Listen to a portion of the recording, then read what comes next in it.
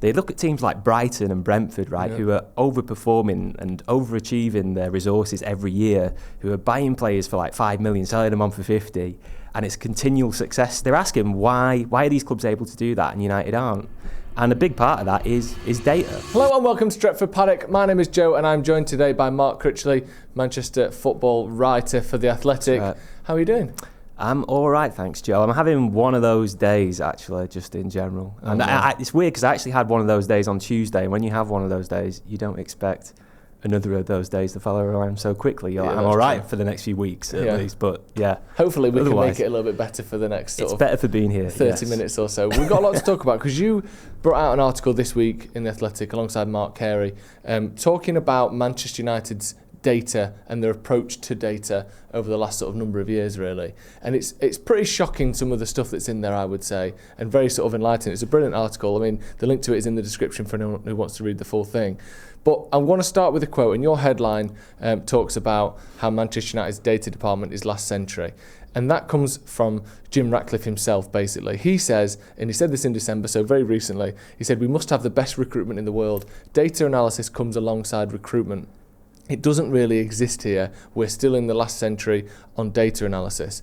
So there's loads to go through. How United's transfers have been done in the past, how it seems they may be done in the future, and maybe also, and this might just be me sort of inferring and coming up to my own conclusions, potentially why we've seen United fall behind in the transfer window over the last decade or two. Because whilst other teams have been doing one thing, we'll get into it, we've sort of been doing something else, haven't we? Yeah, that is the crux of the piece, and it's a piece that we'd wanted to write, and I think a lot of our readers had wanted us to write for a very long time, because exactly what you point out, I think people look at United's dealings, particularly in recruitment, and it is a bit wider than that, but let's focus on recruitment. They look at the recruitment. They look at teams like Liverpool, they look at Manchester City, they look at teams like Brighton and Brentford, right, who are overperforming and overachieving their resources every year, who are buying players for like 5 million, selling them on for 50, and it's continual success. They're asking why are these clubs able to do that and United aren't? And a big part of that is data. It's an area where United have always been generally perceived to be behind the pack a little bit, that they made a late start. I mean, data really became a thing in football. It's well documented now, but it really started to become a thing in football and in the Premier League about 2010, 2011. I think it was when Arsenal made their first appointment in a data department. Liverpool started looking around that time as well. When we're talking about United, we're talking about the first data appointment being in 2021, so a whole decade later, right?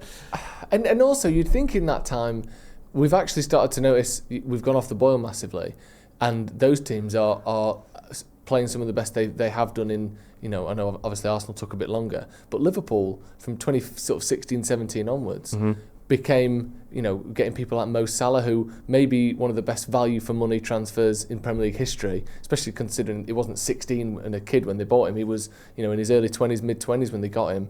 He was an established player who exploded when he got there. United don't really have many stories like that. And you would think that a club like United would have been doing this early. Why do you think they weren't? Just before we kind of get into the details of what was going on, why do you think we were so late to the party on this? It's a really good question. I think part of it probably stems from success, actually, because I think success sort of breeds complacency.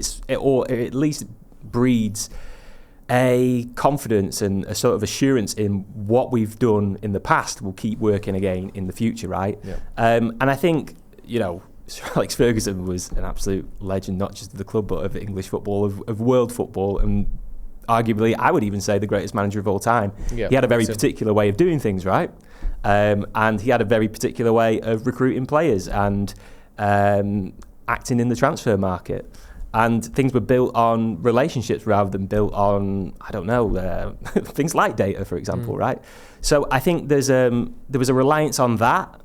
And even after Ferguson retired in this post-Ferguson era, I think, again, his successors, and not just, you know, in the manager's office, but at the very top of the club, would have looked back to that period of great success and longevity and would have thought, well, that's how we did it then. That's the way we do it. And so I think it's an element of sort of conservative thinking, of maybe not quite branching out into new ideas. I think that was one part of it. I also think that by the time you're talking about, like, when Liverpool are signing someone like Mo Salah, who's putting up all these numbers in Serie A, it was pretty clear by that point that United needed to do something different, right? Yeah. And still, there was that lag. I think, again, look, in researching this piece, what was made clear to me was that data is quite a broad term for what we're talking about, right? People were saying to me, we were doing data. We had, a sports science department set up in 2007 under Fergie, right? Yeah. And people were looking at different training methods and GPS or whatever, all these different things, right? So that was all happening. But where data makes a difference and where it's really made a difference at other clubs over the past decade is when that starts to be fed into and starts to influence decision making at the very highest level. And so we're talking about at executive level, essentially, who's, sat around the boardroom table shaking hands on a contract. If you've got certain processes in place where things that you find out through data and data analysis and data science can be, is part of those conversations that executives are having over a boardroom table, then that's where it starts to make an impact. I don't think that was happening at United until really very recently in the last few years. Yeah. And so that, in that respect, is where they've fallen behind. Well, I'll read a little quote from the article that essentially, obviously, you wrote it, and it kind of says a similar thing. It says, data science, however, is said to have played a little role in boardroom decision-making at the highest level. Important calls were often made by United's key decision-makers in isolation, meaning that there were none of the formal decision-making processes that are necessary to incorporate sophisticated data analysis of the standard carried out at other Premier League clubs. And this one, which stunned me really, United did not hold any subscriptions with data providers such as StatsBomb or Opta, which supply metrics and location events for every on-ball action such as shots, passes and tackles that form the bedrock of any data department's work. Up until when do you think they didn't have these sort of high-level subscriptions to the kind of the most detailed bits of data? Well, up until really the department was formed in 2022 essentially was when Dom Jordan came in. He was the first appointment as a director of data science in October 2021. He joined a bit later, gets his feet under the table, starts to build a data department that can use this stuff. I want to be kind of clear here and just clisp it up. Like I said, data can mean a lot of different things, right? Yeah. So these subscriptions that United are beginning to take out, then they're almost like big walls of code that proper trained data scientists and data analysts can sit down, break into loads of models, metrics, etc., etc. It's complicated, high-level work, right? And so the reason that United don't have the subscription beforehand is because they don't have the people in place to do that work. I'm not saying they didn't know how many assists this guy had got or whatever, because we can all look that up on the internet or whatever. Course, and you'll have different platforms that provide those statistics and stuff.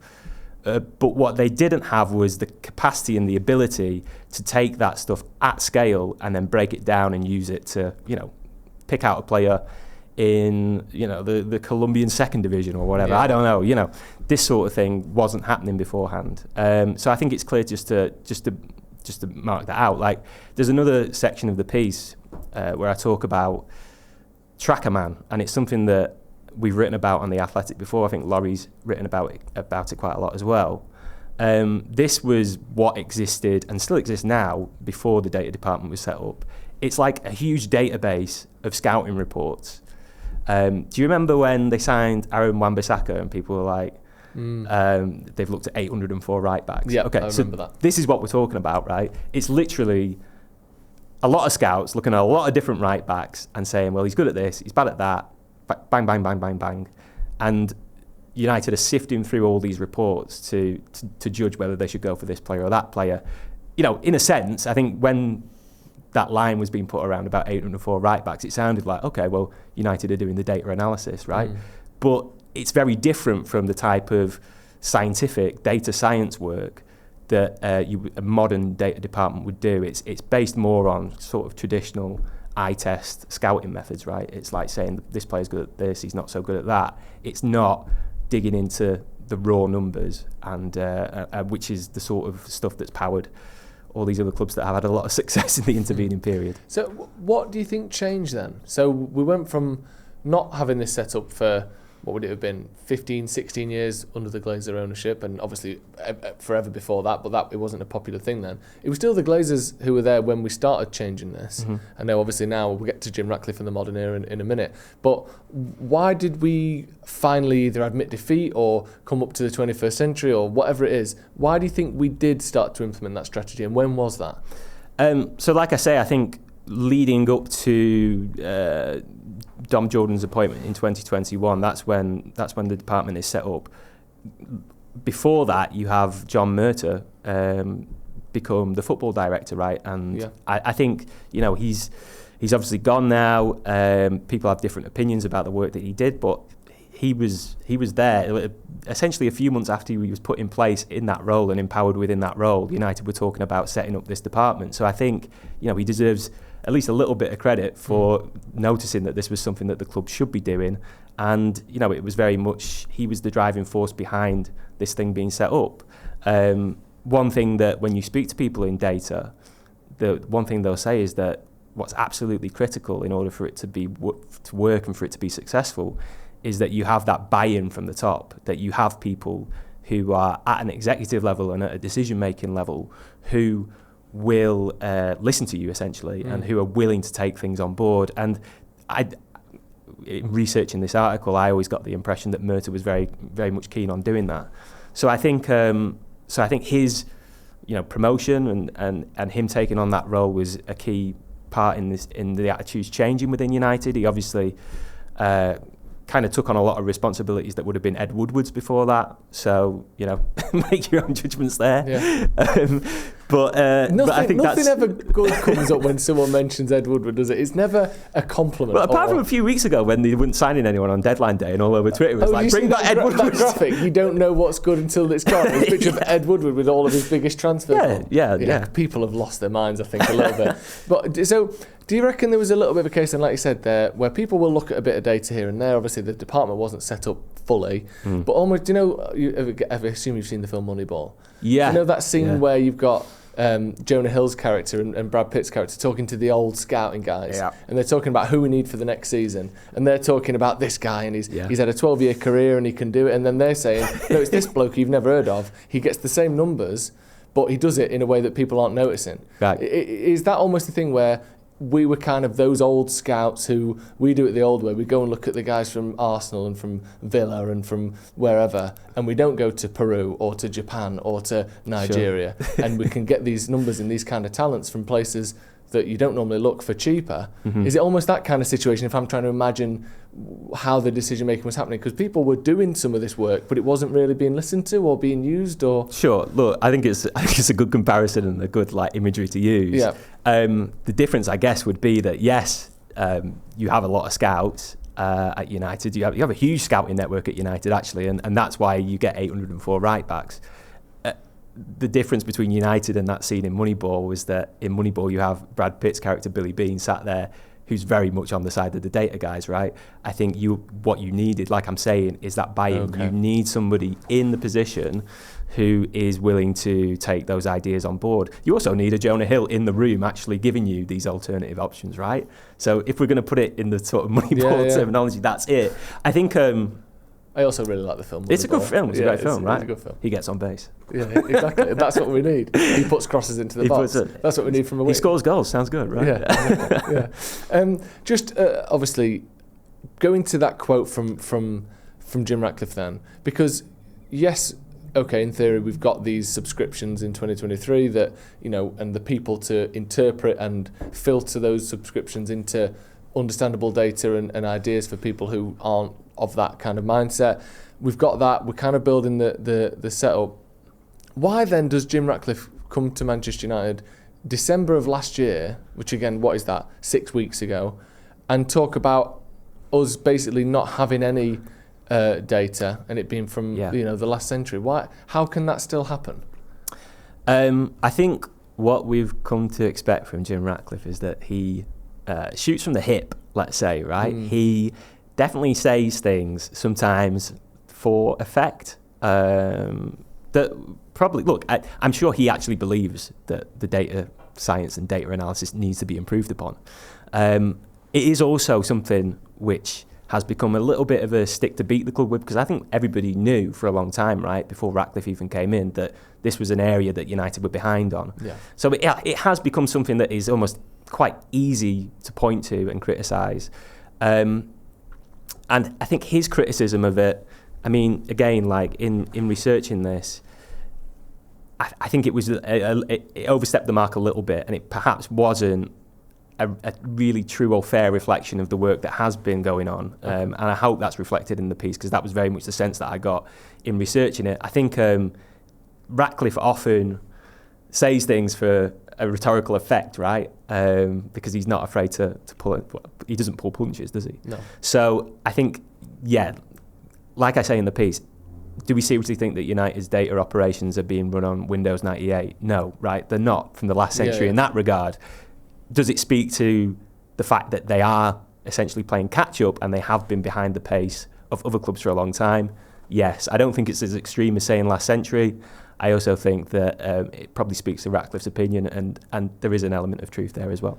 So, using that as the sort of the foundation, then that quote from Jim Ratcliffe, it doesn't really exist here. We're still in the last century on data analysis. How then, when he's been here for pushing 12 months now, almost at that 12-month mark, and a 12-month in which the head of the United's data department, Dominic Jordan, has left Manchester United, how have we not had a single appointment in the data science portion of Manchester United since 2023?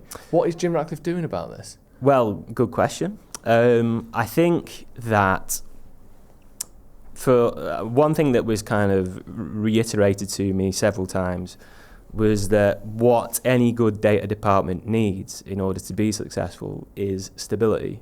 And that is stability within vision, within thought, within kind of culture and leadership within the club, not just within that department itself, but at a wider level. Yeah. That is one thing that United have not had in any respect for the past, 18 months, but even really since INEOS came through, right? Because, I mean, I've just talked about John Murtagh before. I think when the INEOS deal got done, we all, even from the outside, it felt like there was going to be a replacement at John Murtagh's level, right? I mean, there was the reports about Dan Ashworth long before Murtagh ended up leaving the club in April. So you have that level of uncertainty there. Then Ashworth comes in and he lasts 5 months, right? Yeah. And like I mentioned in the piece, one of the reasons or one of the things that was floating around when he actually left was the fact that when it came to replacing Ten Hag, he tried to outsource the data, work that would have gone into looking for a replacement, which didn't impress Ratcliffe either. What I'm trying to say is essentially that I think you've got this whirlwind around INEOS, a lot of change coming in, and again, when you then have a director of data leave, it kind of puts everything on hold and leaves everything in a bit of flux and in a bit of stasis, if you like. And that's been the issue over the past, over the past 12 months, I'd say. A lot of the foundational work that needs to be done in United's data use and data science was being done before that.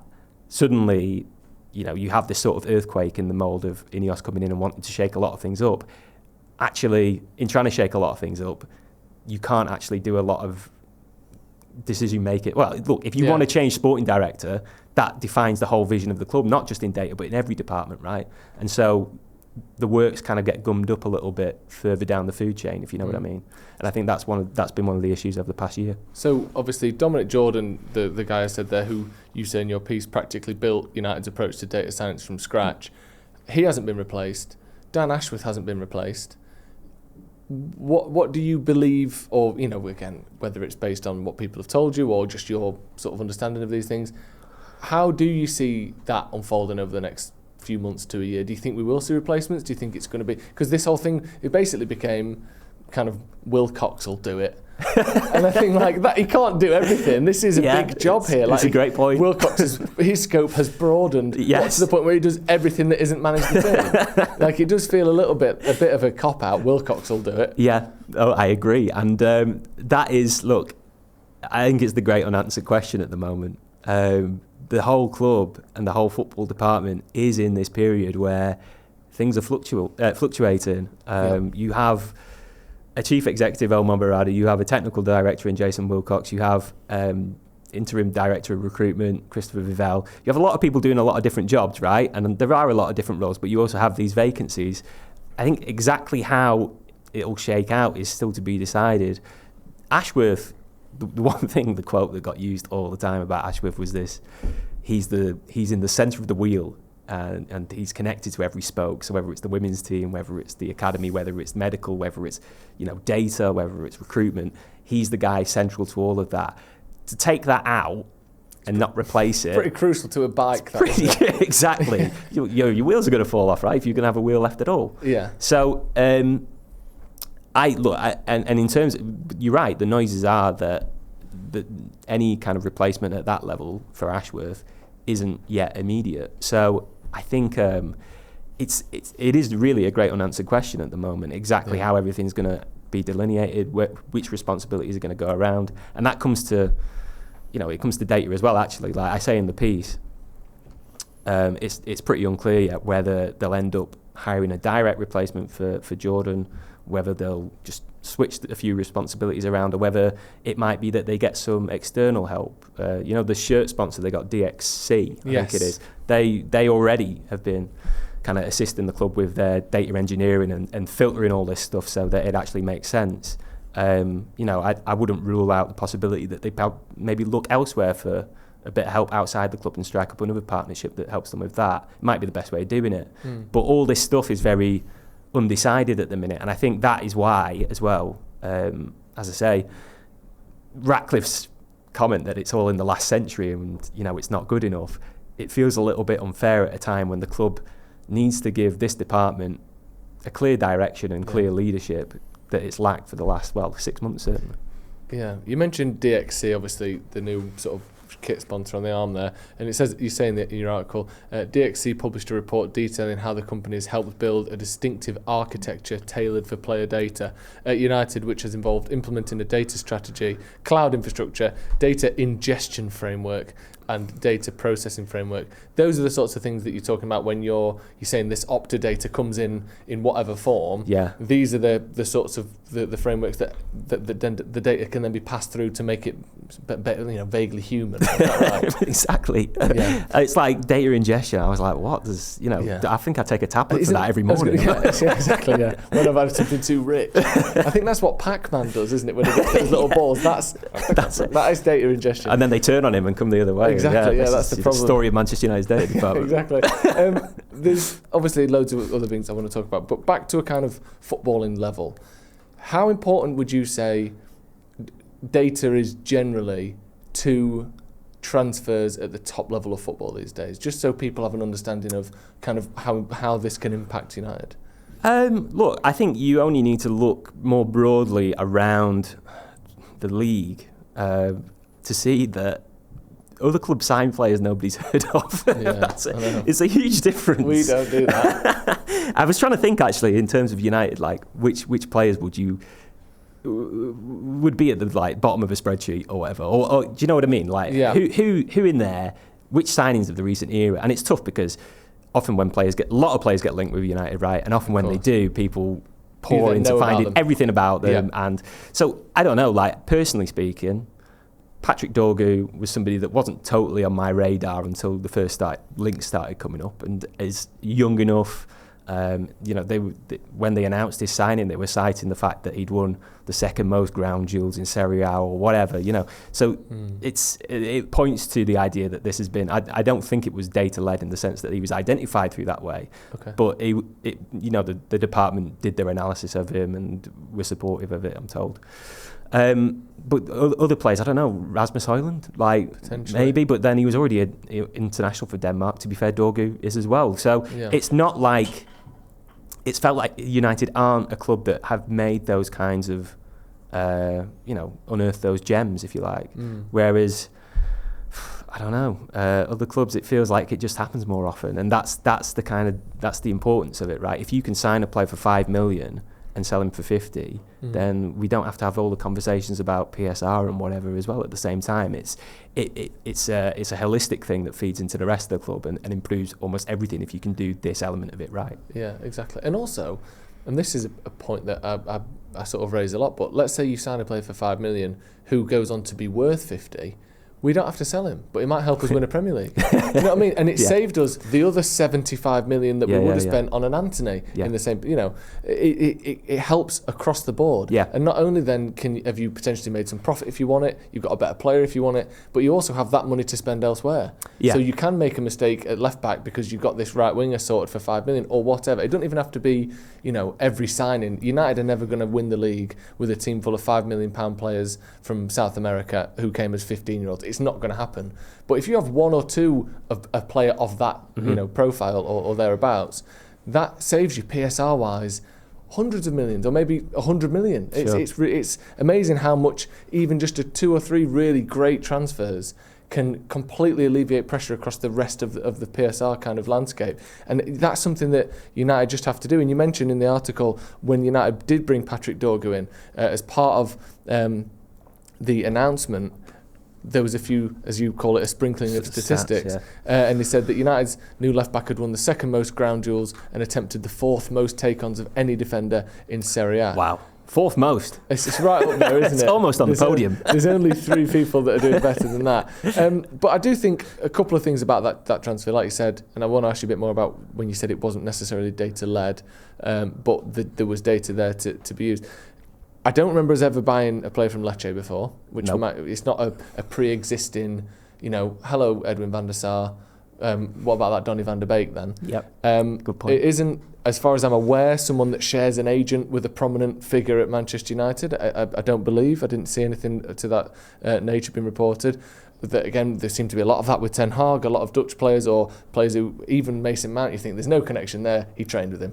Like, again, it may have been just coincidental, but it felt as though it had to be kind of, it's not what you know, it's who you know. Yeah. Is this more of a it's what you know kind of thing, and we're learning this a different way, or do you still think you said it's not fully data driven potentially? Well, when I was sort of asking those questions, I didn't get the sense that it was somebody that was thrown in front of United's key decision makers and said we absolutely have to sign this guy. Look at his stats.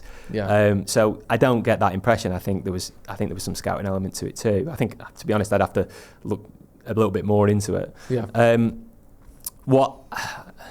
I think what the point you just made before though, I think is a really key one, where you said about you mentioned making a mistake, right?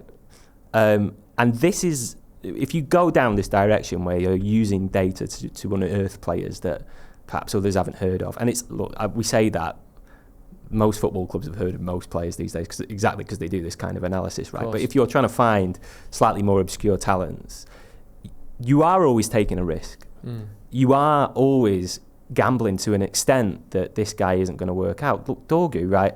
He might be great. I haven't watched enough of him yet, and all I've watched of him is at right wing back so far. Yeah, of course. But he might be great. He might not. He might work out. It's a relatively cheap deal. It's the type of deal, you're right, that United should be making. But if it doesn't work out, let's face it, United will also be criticised for it. Yeah. And I think it's almost that risk aversion that held United back a lot of the time as well. You know, why go and spend so much on Casemiro? Well, because if you're looking at Casemiro, you think this is going to work, right? He's got that track record. He's got that history of, he's a 5-time Champions League winner. Let's get him. He's going to fix it. And he kind of did fix it, right, for about 8 or 9 months. He looked a decent signing. Yeah. So it's that sort of, again, I'm coming back to risk aversion. You have to be willing to risk something. You have to be willing to gamble something on these players if you are going to strike gold. And I think that because of everything that United is, because it's a club where the minimum expectation every year is Champions League football, and even when that isn't secured, they're still spending Champions League money, right?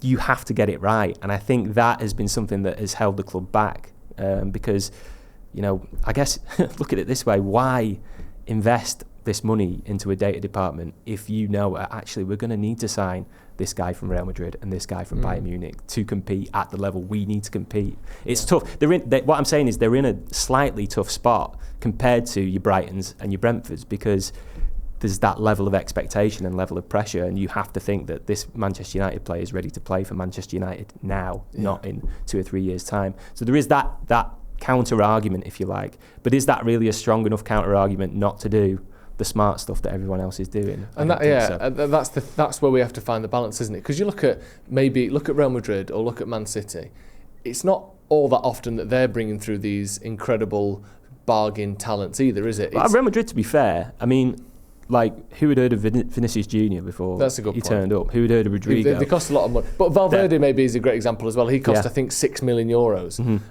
and now is a starting sort of crucial player for them. So they are there, but when you look at Brighton's squad, for instance, you're looking at sort of 10 of these types of players that before they played for Brighton, maybe they were a bit more of a journeyman in the likes of Danny Welbeck, or you hadn't heard of them at all. But most top clubs don't have a team full because you can't afford to. Not from a financial perspective, but from a risk perspective.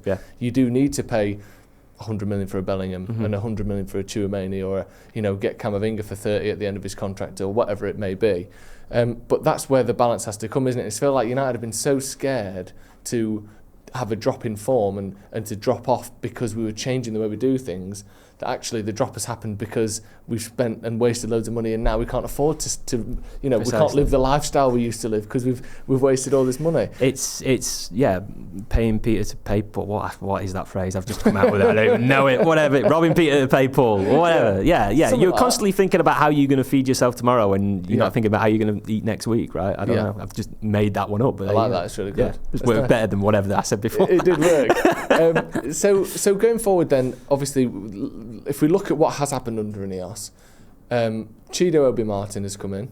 We've seen Aidan Heaven come in, and again, didn't have to scout too far. There were some of the most promising talents for, the fourth most decorated Premier League team of all time, or English team of all time. We've also got Patrick Dorgu, as you mentioned there. We've got Leon as well, coming over from Uruguay. Is it Uruguay? Paraguay, apologies. Yeah. He is a profile of player that I'm not used to seeing as a Man United fan. Patrick Dorgu, as you mentioned before, is a profile of player that I'm not necessarily used to seeing as a Manchester United fan. Do you think these are signs that there is a change, even if it's not quite as kind of built from the ground up with data like we see maybe at Brighton or at Brentford? Are we starting to see changes that are actually amounting to real tangible differences in how we do things? Yeah, I think it has been noticeable over the past year. The signings in the summer as well, and Kone as well, right? These are. I mean, playing for a team in Mali. I mean, that is not the type of signing that United have made previously, and I think you're starting to see the effect of some of the changes that INEOS have made at the top level, particularly like Christopher Vibel, for example. I think that's what's shaping that. I think a big question there is then, are these players going to be first team players? Is the ultimate question. Yeah, of course. Or because if they're not, then are they going to be able to be sold on later at a profit? And it's cheap and it's dirty, and I don't particularly like talking about footballers like they're pieces of meat just to throw around. But it is the way that a lot of other clubs, Manchester City, Chelsea, have operated over the last few years, and have, when they've had, City have not so much, but when they've had run up against these financial rules, it's something that's really helped them out. The fact that they have these academies that produce talent, and even if they don't become first team players, then they're able to be sold on at a value somewhere else. I'm always a little bit hesitant with young players because what's noticeable about the ones that have come in recently as well is their units, right? Yeah. Have you seen this Leon kid? He's got one of those things where the shoulder just goes straight into the chin. He's got that stocky, no real neck kind of vibe. What is the gym routine to get that type? It's 17 as well. I couldn't really know. I don't know. I'm all neck. But they are. I mean, look, I'm not an expert in this field, but it feels like, knowing academy football a little bit, they're going to dominate at that level. And even if they don't ultimately have technical ability to actually break through into the first team, they're going to make such an impression at the academy level that teams are going to want to take a chance and want to take a risk. And you see just how well the under-18s are doing at the minute, right? And how they've done last season as well, because there has been a bit of a shift, I think, towards these more physical profiles. So yeah, I think it's an area that United would have neglected before. I was trying to think, which players have been signed at that level previously. You're not talking about a lot of money spent. Well, apart from in a couple of cases, like I don't know if you'd really classify Ahmad and Pellistri, but those are the only two that I could think of, and they were significantly more expensive. But I think they were kind of pitched at more of a sort of between the first team and under 21 level. I mean, you almost go back to sort of Chicharito Hernandez, where we got him from, what was it, Le Havre, wasn't it? For, what was it, 6 million quid? Right. 10 million quid? Yeah. What was that, 15 years ago? Yeah. Like, the examples of that kind of signing of, I didn't know about him, and he's from a country that we don't usually sign players from, and he was cheap.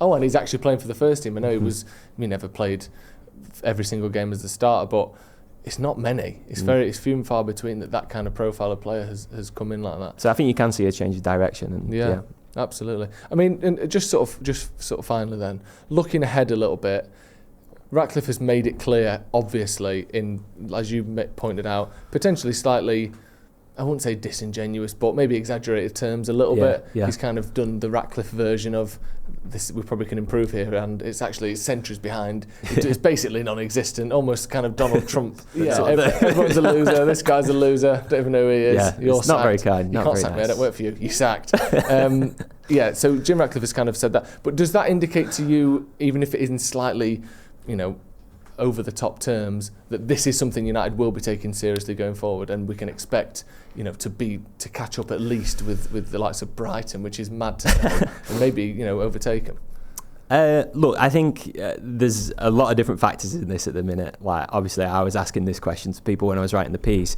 One thing that came back, I want to stress as well, they think what they're doing at the minute, the team that they've got at the minute, is very good.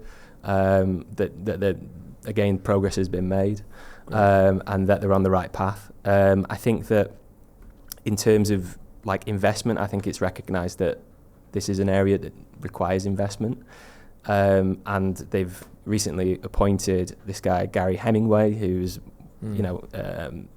previously worked with Ratcliffe at INEOS, to kind of lead a review into what improvements can be made on data, where would any funding, if we were going to go and fund this, where could it be spent to get things up to scratch? Where's it going to fit in this whole big, malleable football structure that we're talking about? So that is happening. I think at the same time, you've got everything that we seem to talk about the rest of the time with PSR, finances, the cash, the money situation, the cost cutting over the rest of the club. How realistic is it for that money to be pumped in sooner rather than later, when you're facing all these other challenges, when you've got a stadium to pay for, when you're redoing Carrington, when you've got to rebuild the whole squad to fit the manager who plays a totally different system from the last one, right? There's a lot of priorities at United at the moment. I get the sense that they understand the importance of data, and they wanna back it, they want to support it, and anyone could look at this and see that it needs direction and it needs leadership, having not really had it over the last 6 months, like I say. Just whether it's going to get that when you consider everything else that's going on at the club, all the other fires that sort of need to be put out. Yeah.